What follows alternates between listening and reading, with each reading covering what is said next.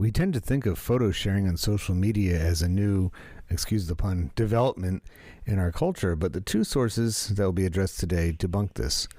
This is the EPS podcast, and you're listening to short number 3 of the second season.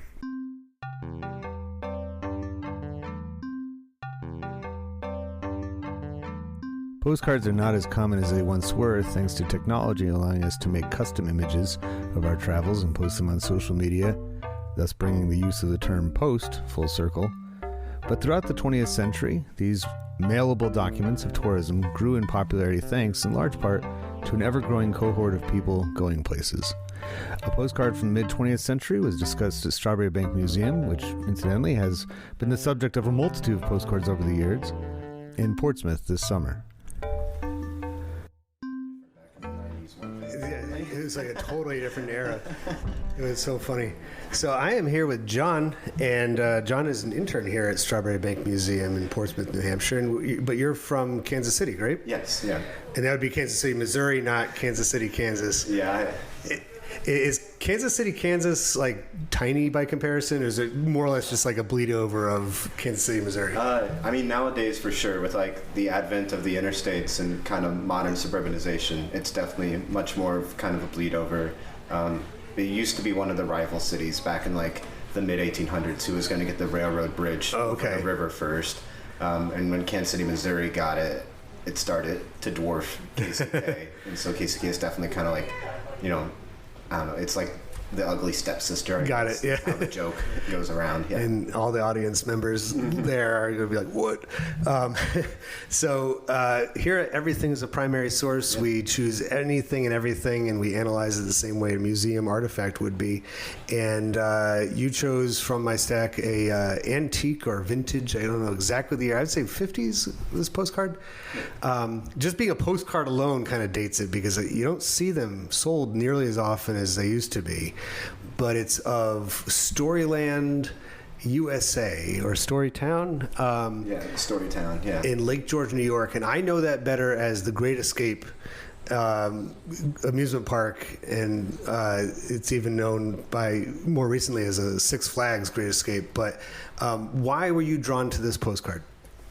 Well, I was really drawn to it because looking kind of over the table of options, the scene to me looked like a scene from places back home, you know, living, not even amusement parks, but just like the living history museums that I'm used to back home. It's got like all the false front Western stores, and there's the little like model railroad that kind of like takes people around. There's people in horses and buggies and wearing, you know, all the different types of late Victorian clothes that they'd be wearing from like the Gambler. Yeah. You know, the ladies and their dresses and their corsets and all that.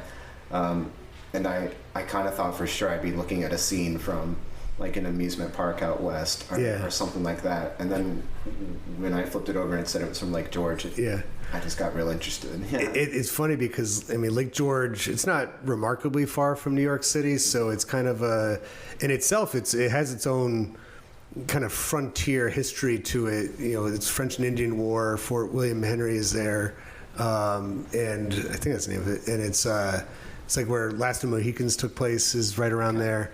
And so it has a history that they could have used, but instead they borrow from a 19th century, Middle West kind of motif to go with it. So which question did you choose to use? So the question I've chosen is, what ideas or behavior does this convey? So we could either talk about the postcard itself or the Storytown Park as the ideas or behavior that it conveys. It's entirely up to you. Yeah, well, I think those are both kind of interesting ways to think about it, because you mentioned earlier, postcards are kind of a novelty now, and people don't sell them, people don't buy them, people don't use them to communicate so much anymore. Yeah. Versus I feel like back when this was produced in the 50s is maybe kind of our best guess. This was maybe a way for somebody, you know, you didn't have a camera on your phone. This was a way to share with somebody, hey, here's where I've been, this is what it looks like, along with writing them a little note about it. Versus nowadays we take a photo and we send a text. Mm-hmm. And so, you know, just kind of that behavior of how we travel and how we communicate where we go and the places we see is definite for sure. Looking at the photo itself of the park, it's also kind of wild because it's like Westworld, but in a fun, playful way. Yeah, not robots. Yeah, not robots, but it's also not. It's not particularly. It doesn't look wild. Right. It looks like it's a show. It's an attraction. I will share with you, as I did just before we hit record, though, is that I having gone to this park in the 90s, I was confronted once by one of the armed sheriffs in costume. Thankfully, he had blanks in his gun, but he was really mad that my friends and I weren't going to stay to watch their bank robbery show or whatever they're going to do. And he started shooting his gun in our general direction to keep us, to stay put. So he really got in. He took it very seriously. It was so funny to manufacture in Lake George, New York, history like that. Yeah. It's like, and I can almost completely, going around that park, it's definitely a response to Disneyland. Yeah. It's like instead of, you might not be able to get to Southern California, but the parks started to lay themselves out in a very similar fashion. And so they have to have a frontier land. They have to have a, some kind of futuristic part. In this case, because they didn't have the license to use Disney stuff, some of the other postcards I have from here have like the old woman in the shoe and stuff like that. So what does that tell you about people in the mid 20th century? Either part of this, either the postcard itself or the or the place. Well, I feel like overall it's a pretty good reflection that we've kind of long had this relationship with kind of escapism and the idea of like travel or getting away to see something as a chance to just be in an environment that's very different from the places we're used to being, wherever that may be, whether it's a city or a farm and stuff like that. And to me, that suggests a lot of, in the mid 20th century, right? It's also the start of like the escapism in time. Or maybe what we might think of nowadays as like the heritage tourism. Yeah. People travel to a place to go into a neighborhood that's 200 years old. These people are obviously they're in upstate New York, but maybe they can't make it out to Western Kansas. Right. Places that I went Dodge to City a lot or growing something. up. Yeah, to Dodge City, to Wichita, and stuff like that. But I see it on TV. I watch Gunsmoke or Rawhide on TV, and I can experience a little piece of it when I go to this park that's not too far away. And it just makes me, it gives the family something to do that's unique. Yeah. Different, for sure. Television probably had a lot to do with it, too, like you just said, with Gunsmoke and everything. If you were going to design a park, if they had the capability to design a park like that, say, 50 years later, and I can attest to this, I mean, they're making Harry Potter Land not, based on, they're not making a cowboy themed place because the interests have changed, particularly for the younger audience, quite a bit. So with the postcard, I mean, that escapism and also sending it back.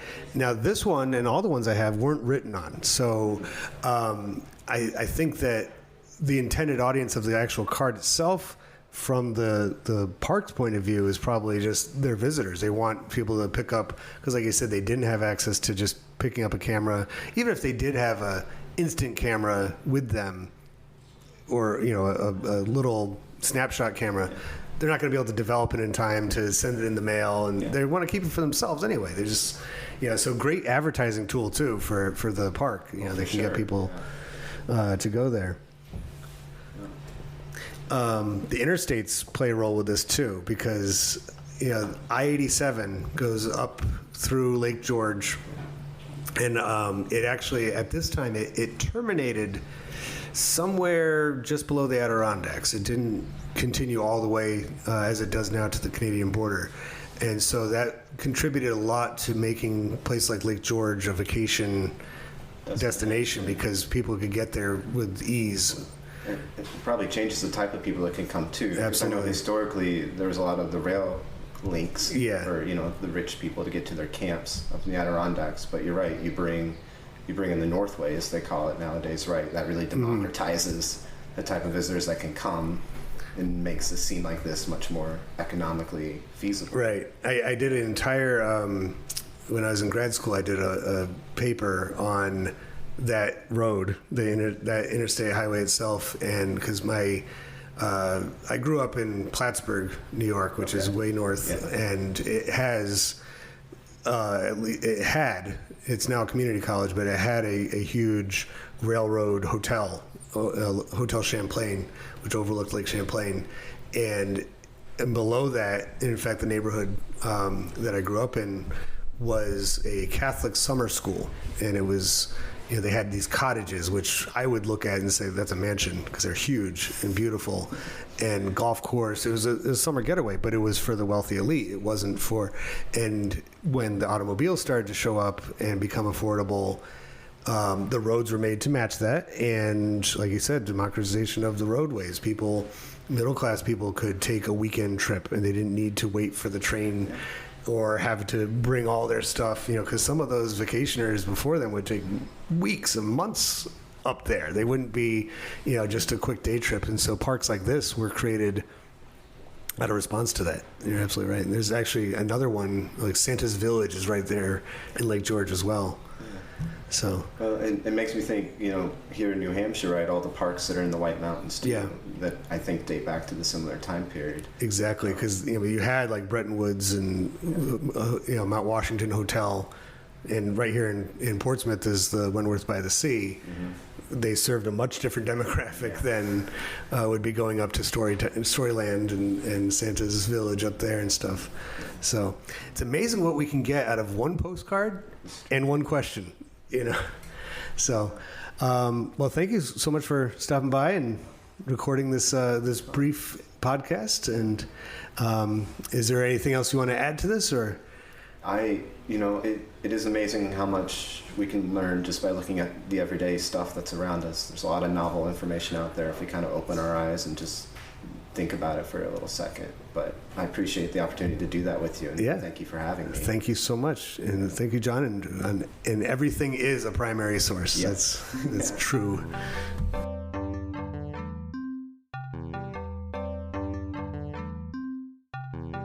Most people listening to this remember Viewmaster. Those of us who grew up in the 20th century can recall looking through the plastic binocular-type viewer and seeing faraway places, still images from movies, or scenes from history as we cycled through the white photo discs. We could see what others saw, even if we couldn't go there ourselves.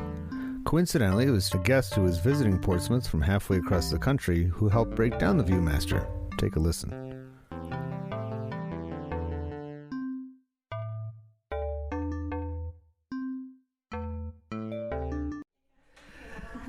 So I am here with Abby, and Abby's visiting from Springfield, Missouri, and you have family here in Portsmouth, so that's why you're at the Strawberry Bank Museum, and you are stopping by at the Discovery Center where I am today doing these live on-the-spot podcasts, so thank you for stopping by. You're welcome. Thank you. And from the table of artifacts, and this one actually comes from the collection of Strawberry Bank. I brought most of them, but this one is specific to here. And a couple years ago, they had this room set up with all toys from the different age or the time periods. And this is a mid-20th century Viewmaster. What was it about this toy that made you want to talk about it? Well, it just reminded me of one that I had when I was a kid. A little different design, but basically the same function, to look at pictures and things of places that you want to go or haven't been yet. And so the question that, and I think we were talking about the exact same one, because the one that, and I'll put a picture of it up after we're done talking, but the one we're looking at right now is black, and the company, and the question that you chose is who made it, but it says Sawyer's Viewmaster, and I'm pretty sure the ones that we used were one of the big toy companies, like Right. Mattel or something like that, Right. and because I remember the big red orangish thing. And Yeah, the red plastic, the nostalgic 80s. yeah, and Everything was made out of. And they had everything, like you could look through it and you'd find, I'm pretty sure these cards, like this one would probably work in that Viewmaster too, but this one is just like sites around the country, whereas I remember looking at like cartoons, Right. like I had one like Mickey Mouse in it and stuff like that. Or zoo animals or things like that. So it says, who made it, and that would be Sawyer's. But I guess another way of looking at it would be like, who, as in, actually assembled it together? Do you picture this thing being handmade, or do you think it was made in a factory? Well, I would assume a factory, but it just makes me think of in the 1800s, that was a popular toy or thing to have the view pictures. Yeah, the stereoscope. Yes, I couldn't think of the name, but yes. And so I guess maybe just they thought this could be more of like a child type product to make. Yeah. For kids to use instead of, because I think before it was more for everybody, grown-ups. Right. And, You would find it more in like a parlor. right. As like as something to do to pass the time. Right. Because, this was definitely made in the age of television. It's not like it was, either listen to the radio, work with your Viewmaster, or nothing else. So I think that it was made, obviously for kids, and you'd find it more in a kid's playroom or their own room rather than in a living room or a parlor or something like that. Right. So, we could jump to another question too that kind of goes with it. So we figure it's made by this smaller company, Sawyer's. According to this, the patent is still pending. They're out of Portland, Oregon. I'm actually surprised it's not from, say, like Rochester, New York, which is where Kodak is from. That would make a little bit more sense with the access to all the film and the cameras and stuff like that. But why do you think something like this stayed popular enough from the 19th century onwards that they keep making new versions of it? I don't know. I guess it just makes your imagination work and think. And I know as a teacher, there are still products like that available for preschool classes with, like I said, with, animals or different locations around the world. I think it just like books or movies, it just ignites your thoughts and your imagination, and there's something just magical about transporting yourself somewhere else. And that's such an important aspect of it, the transport part, because unlike a movie or a television screen where you can look away, this is, once you are looking through this, you can't see anything else. Right. It's almost like modern day virtual reality. Sure. The people put the goggles on or just their phone, and it's everything else is blocked out. So it is very immersive. It's like you are, and you're in control of the speed of the pictures and how long you want to stay on each scene, and so for particularly a kid, that's important, Yeah. right? I mean, they have control over their own what they're looking at, what they're instead of having to watch or look at. Like books are so much more ingrained in your memory than movies or anything, because you're controlling that process and how long it takes, and so same thing with the pictures. Yeah, it's very telling. Therefore, we could extend it even further and say, well, that tells us that there must have been a pretty wide population of kids that had time. That were able to do that, and this is just one of many, and a society that's promoting to them. Even if you can't travel, I think a lot of these pictures are Grand Canyon and stuff like that. Even if you can't travel the country, you can be placed there. Right. You can read your books and also the Viewmaster. Right. And feel like you're there. The name says it all too. You are the master of your own view instead of being, whatever they decide to put on TV, or the movies. Right. So it's all about choice. Yeah. And as teachers, we know that that's big, right? We got to give choice and voice to the kids, right? Absolutely. That's right. And you just did it yourself right now. You chose that item, you chose the question, and I really appreciate you stopping by and doing this short broadcast. And I appreciate it. Thank you.